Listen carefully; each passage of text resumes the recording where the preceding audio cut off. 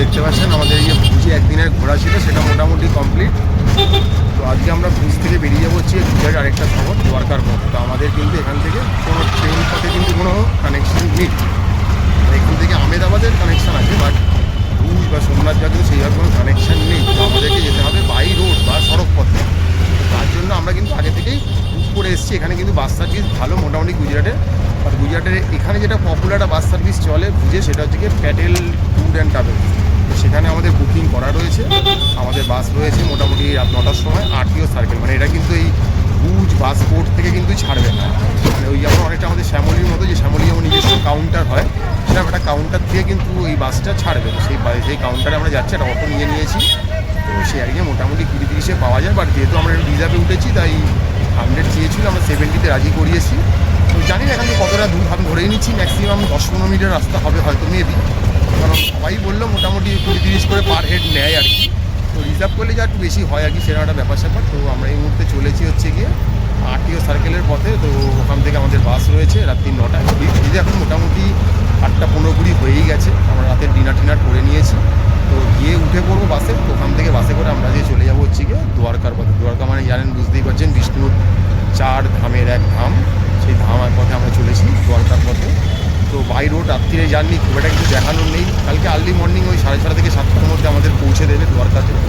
দ্বারকার কোথায় পৌঁছাচ্ছি কী সবটা গিয়েই বলবো, কারণ ফার্স্ট টাইম আমরা এটা জার্নিটা করছি বাই রোড। কারণ ট্রেন জার্নি থাকলে বেশি আনন্দ পেতাম, বাট ট্রেন জার্নিটা এই রুটে আপাতত নেই। মানে দ্বারকা থেকেও ভুজ আসতে হলে বাই রোড বাসেই আসতে হবে, আর ভুজ থেকে দ্বারকা যেতে গেলে বাসেই যেতে হবে, একটা ব্যাপার স্যাপার।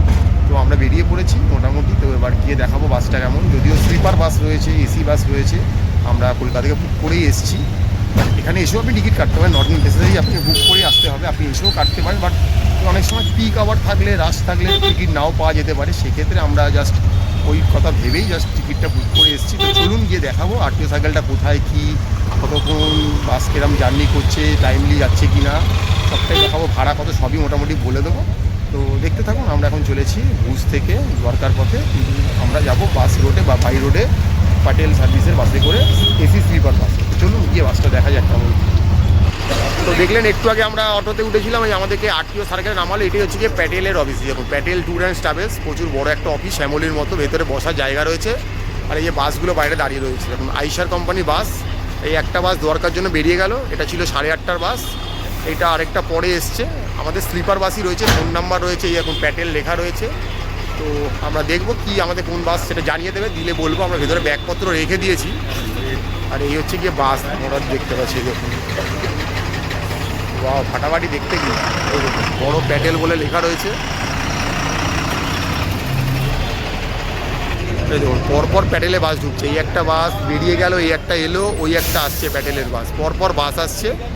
আর এই হচ্ছে গিয়ে প্যাটেলের ট্যুর অ্যান্ড ট্রাভেলসের অফিস। প্রচুর লোক রয়েছে দেখতে পাচ্ছেন এখানে। আর এই দেখুন ভেতরটা আপনাকে দেখিয়ে দিচ্ছি। ভেতরটা কিন্তু বসার পর্যাপ্ত জায়গা, এসে কিন্তু আপনি টিকিট বুক করতে পারেন এখানে। এই দেখুন কাউন্টার রয়েছে এখানে, এটা মানে ম্যানেজারের অফিসটা রয়েছে। এখানে দেখতে পাচ্ছি বসার পর্যাপ্ত সিট রয়েছে, আমরা ব্যাগপত্র রেখেছি। এখানে জেন্টস লেডিস আলাদা টয়লেট রয়েছে, তাই কোনো কিছুর অসুবিধা নেই। আপনি জিএসআরটিসি বাসও নিতে পারেন, প্যাটেল ট্রাভেলসও নিতে পারেন। এটা একটা বেসরকারি সংস্থা, বাট ভালো। আগে বাসগুলো খুব একটা লজ্জরে ছিল, এখন কিন্তু বাসগুলো অনেক মডার্ন হয়েছে। বাকিটা ভেতরে উঠে বলবো। আছেন এই আমাদের বাস। এবার আস্তে আস্তে আমরা বাসে উঠবো, উঠে আপনাদেরকে দেখাবো কি কি রয়েছে, কোথায় কেমন রয়েছে। তো চলুন বাসে ওঠা যাক। এই হচ্ছে গিয়ে বাস, নাম্বারগুলো সব উপরে দেওয়া রয়েছে। এই হচ্ছে কি উপরে 2জন বসার জায়গা, এই হচ্ছে নিচে 2জন, এদিকে হচ্ছে কি সিঙ্গেল সিটগুলো, কভার দিয়ে দেওয়া রয়েছে, এসি রয়েছে।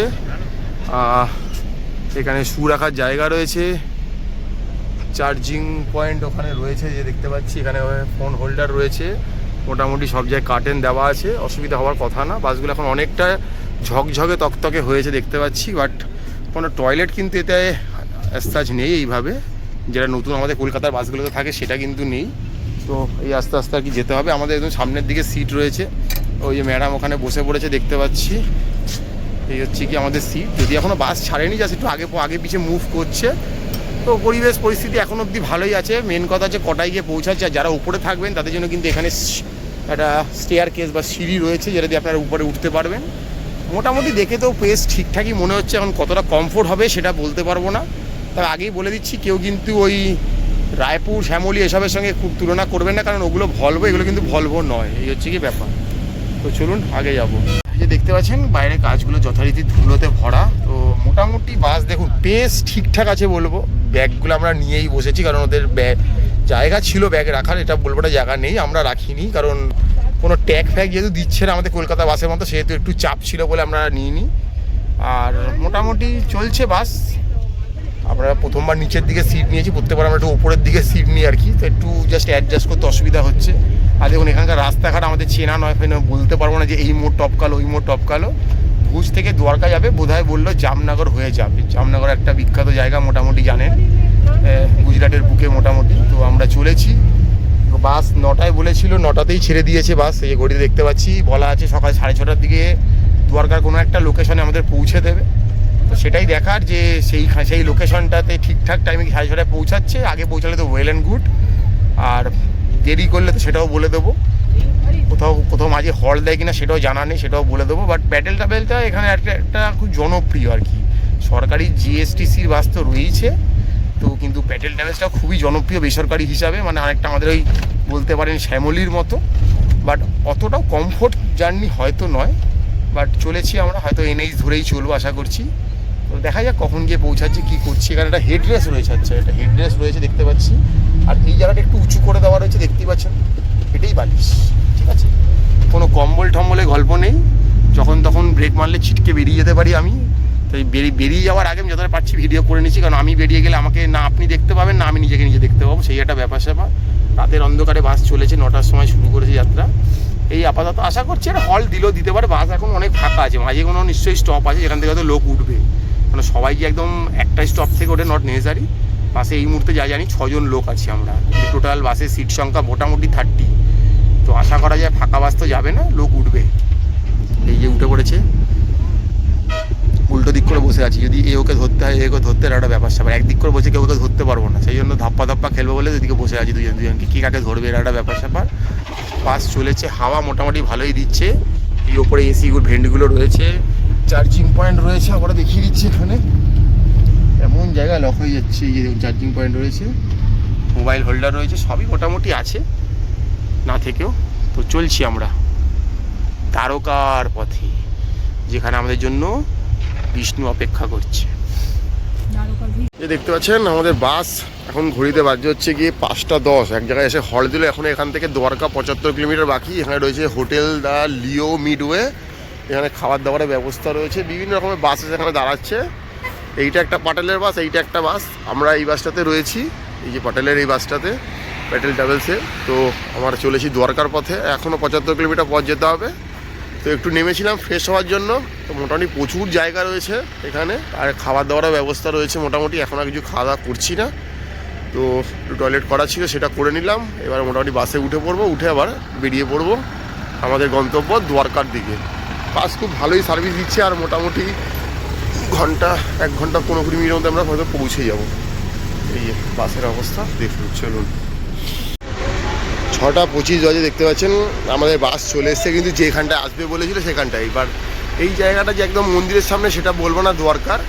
এটা দ্বারকার একটা ভদ্রকালী বলে একটা কোনো জায়গা আমাদের এখানে নামিয়ে দেওয়া হয়েছে। এবার এখান থেকে হয়তো কোনোভাবে আমাদের মন্দির যেতে হবে। হয়তো এখানে বাসগুলো দাঁড়ায় মোটামুটি। এই পাটেলে বাস 6:25 বলেছিল, 6:25 কিন্তু বাস চলে এসছে। তো এই মোটামুটি আমরা চলে এসেছি আমাদের দ্বারকাতে। তো দেখতে পাচ্ছেন চলে এলো আমাদের বাস দ্বারকা। হচ্ছে ইসকন গেট, এখানে আমাদেরকে নামিয়ে দেওয়া হয়েছে। বাস এখানে দাঁড়াবে, এরপর আর বাস যাবে না। তো এখান থেকে আমাদের দ্বারকার মন্দির যেতে হবে। ইসকন গেটে নামার পরে আমাদেরকে অটো দাদারা ধরে নিল মোটামুটি, বললে এখান থেকে নিয়ে যায় মন্দির অবধি। তো ভাড়া পড়বে মোটামুটি বললো পার